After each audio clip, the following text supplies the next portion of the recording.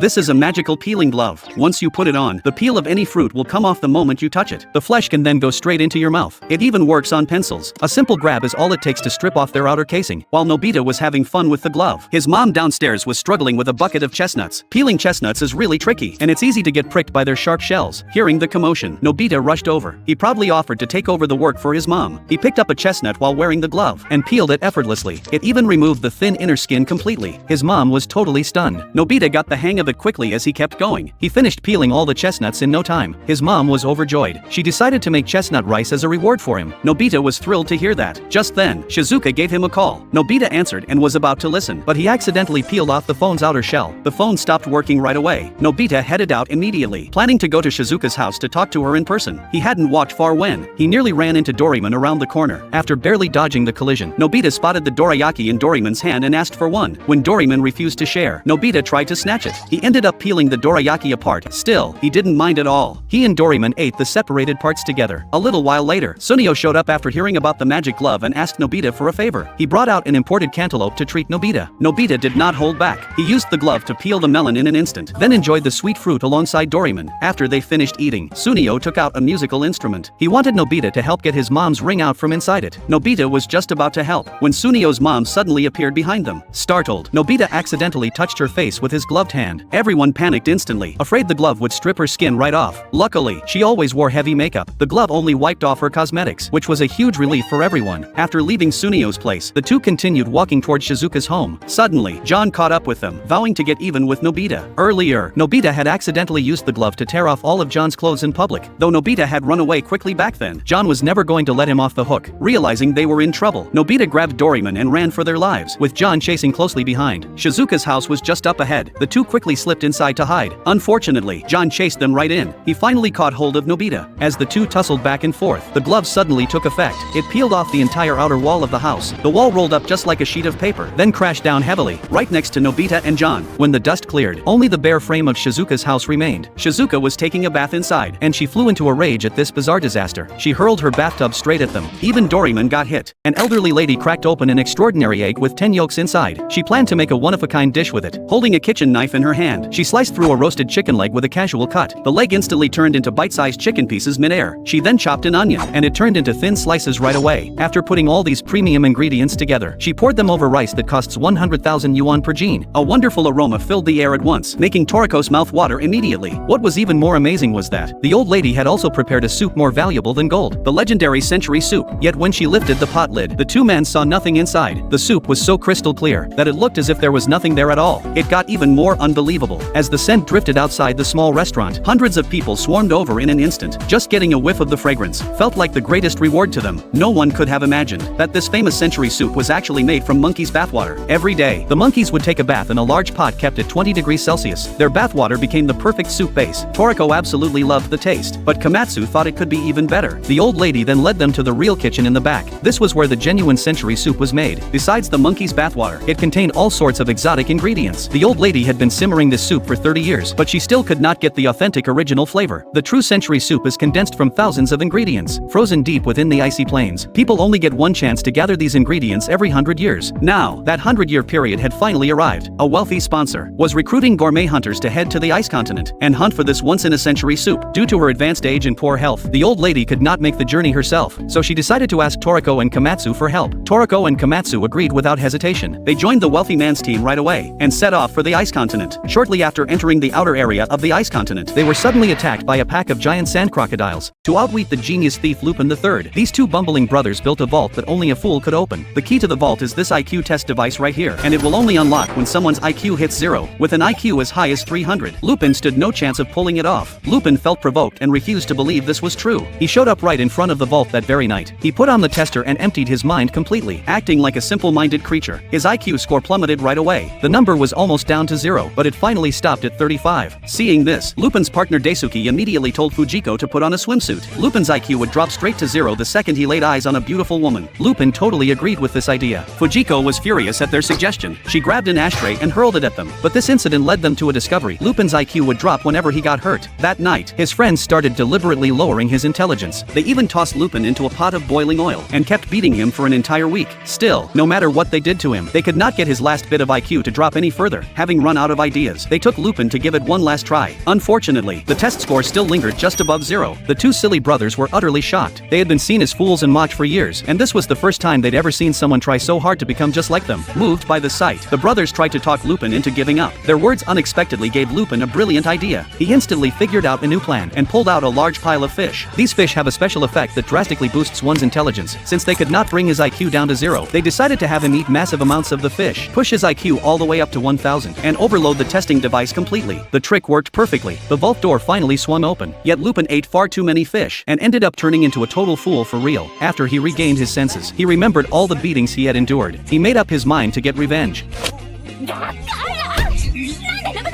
SpongeBob has run away from home. He even removed his name from the list of the town's 538 residents. He chose to leave Bikini Bottom forever. He did all this because he thought everyone disliked him. SpongeBob had an extremely bad day. Early in the morning, he accidentally broke Gary's shell. Gary chased him out of the house. He then bumped into Patrick by accident. He knocked over the birthday cake Patrick had made for his mom. Patrick flew into a rage. He yelled at SpongeBob and headed back to his rock house. SpongeBob went to find Squidward to hang out, but he woke Squidward up from his beauty sleep. Squidward shouted angrily at him. Heartbroken, SpongeBob went to see Sandy next. He slipped on the ground. Water spilled all over her newly built robot. The machine blew up right away. SpongeBob tried to explain himself. Furious, Sandy drove him away. With nowhere else to go, he headed to the Krusty Krab. As soon as he stepped into the kitchen, he made a total mess of the place. Mr. Krabs was happily counting his money. He got startled by the noise from the kitchen. He rushed over to check. SpongeBob accidentally knocked him straight into the fry vat. Poor Mr. Krabs ended up being deep fried. All his cash also melted away in the hot oil. SpongeBob was kicked out once again. Mr. Krabs told him to stay as far away as possible. These words broke SpongeBob's heart completely. He burst into tears. He floated all the way home on his own tears. Back home, he was overwhelmed with sorrow.